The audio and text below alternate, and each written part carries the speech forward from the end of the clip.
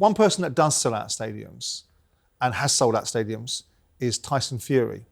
Now, whilst I'm very happy to hold him to his word, right, which is retired, and not indulge this game of that Fury wants to play with everybody and everyone gets massively interested, do you think boxing at this moment in time misses Fury? I mean, I've always been a massive fan of Tyson's. I was tipping him to beat Usyk in the rematch. I was wrong there.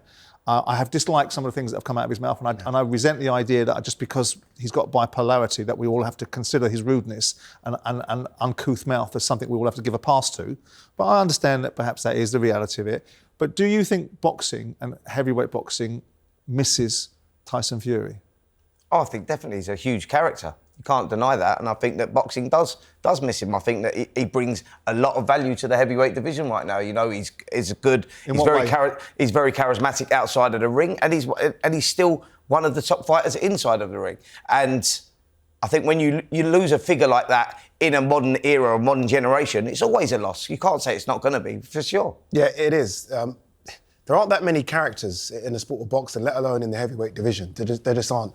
He was that. He was very, as you say, controversial sometimes outside the ring, sometimes controversial inside the ring. And funny and witty and clever. And funny and sometimes witty. not. Yeah. And I've interviewed a lot of the top heavyweights, and trust me, I'm fighting to get a word out of them.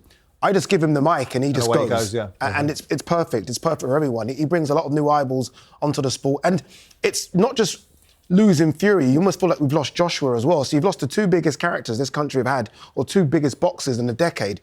And it almost feels like they've gone at the same time, and the baton hasn't been passed to someone that we think is going to carry it for the next decade. Because Daniel Dubois isn't that character. No. In the ring, he might deliver, but he's not that character, which is why we're almost trying to force Moses the Talma to be that guy, because we're looking for that next star. So I hope there is a couple more fights in there for Fury and AJ, just as we wait for Moses to kind of play catch up. Well, I think that's unfair on people like Fabio Wardley, because I think Fabio's different got characters. I know they are, but he's got a personality. He is, but he's not as controversial as a Fury. No, I think he speaks very well, though. Oh, he speaks very well. My point was not that he speaks better than Tyson Fury. My point was that you went from Fury to a Toma with nothing in between. And I think Wardley has the personality and the capability in the ring to be something significant. That's interesting. Your second point, whether or not, so you believe that Wardley could go on to win a world title. I think he can at least compete. I think he can go on to knock on the door. Yeah, I think he can knock on the door as well. Oh, you can't deny that. He's like WBA number one, isn't he? You talk about like Pulev, who's the regular champion, and you put Wardley in against Pulev. He beats Pulev, he becomes that regular, and he puts himself in that position once those top tier heavyweights. He's almost the dark horse the top tier are falling off now, aren't they? To get there. Yeah. But yeah, Wardley is. I think he definitely has the capability of winning a world heavyweight title. I want to go back to Joshua for a moment. And obviously in shock-breaking news that took my breath away, you're forecasting that Joshua can beat Fury. But before we listen to you, let's listen to Paul Smith, who was on last week's show talking about Joshua. It's easy saying it from our perspective. We're not inside. We don't see how it is. But what I did see and what I did hear on fight night when he lost to Dubois was bad advice from the corner. Now, Ben Davison is a good lad. He's a good trainer. Yeah. He takes the credit, and he's come out recently and he's took the criticism. He's admitted that the corner work was really bad and maybe the preparation, I'm not sure what happens in the gym. But to tell Anthony Joshua to go for it when Dubois is still very much live in the fight, where 3 or 4 rounds, it's a different opponent. It's a different job in front of you. It's a different task. But you tell him to roll the dice when he's already been hurt, he's already been dropped, he's just recovery. He's just getting himself back into it a little bit. Just bluff your way through the fight for the next 2 or 3 rounds. Let Dubois tire himself out, because he's fighting on nerves ultimately, Dubois, in my opinion. And then you've got a better chance. I think he needs to change the team around him. I think he needs to get a good trainer around him. I'm going to read you what Ben Davison said on social media for those that haven't seen it, if you guys haven't heard it, in response to what Paul Smith said last week. I never said the corner work was bad, and I stand on my opinion that we had to take a chance. After being down in rounds 1, 3 and again in the 4th, while trying to weather the storm that clearly wasn't working. And on top of that, Dubois' performance against Miller and Hrgovic suggested anything but for him to start to fade. And those guys managed to get more done to take it out of him. We had after a torrid start. So Ben's pushing right back at the idea that what Paul Smith said, I think what Shane McGuigan said, and what a lot of people have said, the roll the dice comment. Yeah. I think you're quite strong on the Ben Davison contribution to the outcome in this fight. Yeah, I think it was a terrible decision to tell him to roll the dice then, because of, you're looking at the performances from Daniel Dubois against Miller and Hrgovic. You go, Anthony, you've got to know your own guy. And Anthony Joshua, I know the guy very, very well, as he does. Anthony Joshua, when he gets hurt, and it was like that when you go back, even way back when he boxed Vladimir Klitschko, and he got tagged, it takes him 3 or 4 rounds to get back to his best. So should he change his team then? No, hold on. This is what I'm saying. I'm just talking about his decision was a terrible decision to tell him to roll the dice. Yeah. Anthony takes that time, and he should have been allowed to. But on the flip side, saying should he change his team because of it, I say no. Ben made a bad decision, but so I said no, he doesn't need to change his team now. I think Ben's done a great job with him. Also, you got to look at that and look at what he's done with him. But the comments he made there, where are you on a pushback for Ben with Davidson? I mean, surely the fighter's got to take some responsibility himself for knowing what he can and can't do. Yeah, but you box to instructions, Simon. You do, but AJ's an experienced pro now. AJ's not a young kid coming through. And AJ knows himself as well. And AJ knows the danger in front of him, right? I mean, he's right there with Dubois, so he can hear the deep breaths. He can know if Dubois is tiring. He can know what to do. Look, Ben got it wrong. He got it wrong. He got lost in the moment. We've seen trainers do it. Tunde Ajayi got a lot of stick when he told Anthony Yarde to roll the dice in round 9 against Kovalev. And Ben shouldn't have said that to AJ. Ben should have basically said, look, you need to stay on your jab, stay on the back foot. When you're in close with him, clinch him, put your size on him. We saw nothing of that from AJ. So Ben got it wrong. With regards, should he change the team? I don't think so. I think I'm tired of AJ switching up wasn't teams. This the moment? I mean, we've listened to everybody. I'm not trying to get Ben Davidson out of a job, by the way. I'm just trying to play devil's advocate for the purpose of this, right?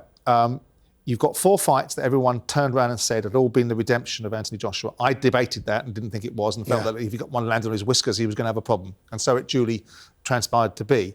This is the moment when Ben Davidson had to shine, had to make the right decisions, when all the pressure is on the fighter against a real live fighter. Not Jermaine Franklin, who's a decent fighter, but not Daniel Dubois. Not Robert Helenius, who got blasted out by Deontay Wilder. Not Otto Wallin, who came to survive. And not Ngannou, who was an inexperienced MMA fighter that should have been dealt with by Fury. This was it. But he wasn't, though. That was a point. Say again? But he wasn't dealt with by Fury. He pushed Fury all the way. So going into that one, AJ... Right. AJ did his job. So he done his job. You can't take that away. If we're now looking at that in isolation and saying, well, this is the moment. This is where Ben Davidson, so the fighter doesn't start the way you anticipate he would start. AJ didn't look Simon, AJ has to take responsibility as well. And boxing is the only sport where we seem to almost sort of put all that pressure on the trainer. In other sports, footballers have to take responsibility when they're on the pitch. Manager cops it all the time. In time. Of course they do. But players have to take responsibility as well. Players have to take responsibility. AJ's an experienced former unified heavyweight champion of the world. He has to take experience against a lesser experienced pro in Daniel Dubois. So, I don't know, man. You can send a fighter out there with all the instructions in the world. Sometimes it's up to the fighter to make those adjustments. But you don't send him out with a particular instruction. But the fighter has that belief in his trainer, though, that if the trainer says something and you're in that moment, you react to that and you will do that. And she's him saying there, now you need to go for it, AJ in his own head now is thinking, right, when I see that opportunity, and he make a fundamental mistake. Okay, then you saying that one, would you like to see AJ switch trainers? I like to see AJ switch trainers. I'll tell you who's the trainer he should switch to. Is Don Charles. Don Charles known him since he was an amateur, knows him inside out, and more importantly, with AJ, it's all here. And Don Charles knows him inside out, and he would be a great addition to Anthony Joshua. So the answer is, yeah, if he switched trainers, and Don Charles is the guy. The trainer I've always said that AJ should have been with from the very get-go, that AJ was with for one camp, was Robert Garcia. And I still to this day don't know why AJ left him. I thought AJ in that second fight against Usyk was the best performance. He still lost the fight, but I thought it was the best performance we've seen AJ in a long time. If Anthony is matched against Parker, as people suggest may be the case, if the WBA is stripped away from Usyk and Parker's given it, which he's earned, by the way, as the interim champion, and they make the Joshua fight, does Joshua go into that fight as favourite? No. Favourite? No. No. It's close, but Parker, I go on what have you done for me lately? Yeah. And Joseph Parker has done some good work lately. We talk about training matchups. Joseph Parker and Andy Lee are like that now. Yeah. They're in sync and they're only getting stronger and better. So look, could AJ beat him? Yeah, of course, but Parker, you'd have to be the biggest AJ fan in the world, like me and Spence. Parker has to start favourite in that fight. Yeah, can I have my say on this? Yeah, go on. AJ was starting overwhelming. No, I'm joking. Parker would. Absolutely. Parker, you got to go on recent form, and Andy Lee, you know, he's been a great addition and he's built him very, very well.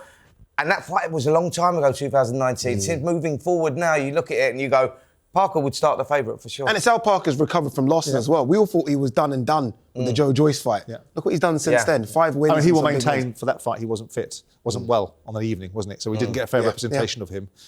If AJ were to beat Parker for the WBA, if it manifests itself that way, Fury will come out of retirement, won't he? 100%.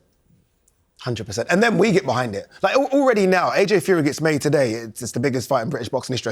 I still put that on it. But if AJ were to win a big one, everyone then gets behind it and it does record-breaking numbers. I think it brings Fury out of retirement quicker than maybe he's.